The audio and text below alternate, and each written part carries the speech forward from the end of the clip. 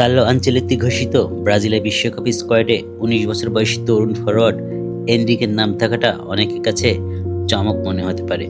তবে এনরিক নিজে বিষয়টি কি কোনোভাবে আকস্মিক লটারি বা ভাগ্য বলে মনে করছেন না।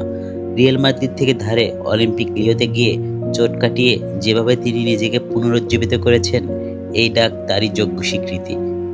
ব্রাজিলের ক্রীড়া গণমাধ্যম জিইকে দেওয়া এক বিশেষ সাক্ষাৎকারে এনরিক তার শৈশবের ত্যাগ, লিওতে ফর্ম ফিরে পাওয়া এবং আগামী মৌসুমে রিয়াল মাদ্রিদে ফেরার বিষয়ে খোলামেলা কথা বলেছেন।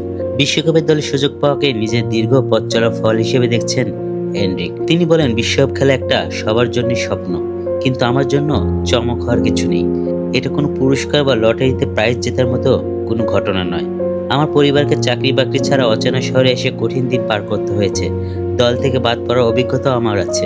গত ১০ বছর ধরে প্রতিনিয়ত চাপের মধ্যে নিজেকে প্রমাণ করে আজ তিনি এই জায়গায় এসেছেন। চলতি মৌসুমে ২১ ম্যাচে ৮ গোল এবং ৮ অ্যাসিস্ট করেন এনরিক। তিনি বলেন, আমি শুধু দ্রুত মাঠে ফেরার জন্য লিওকে বেছে নিয়েছিলাম।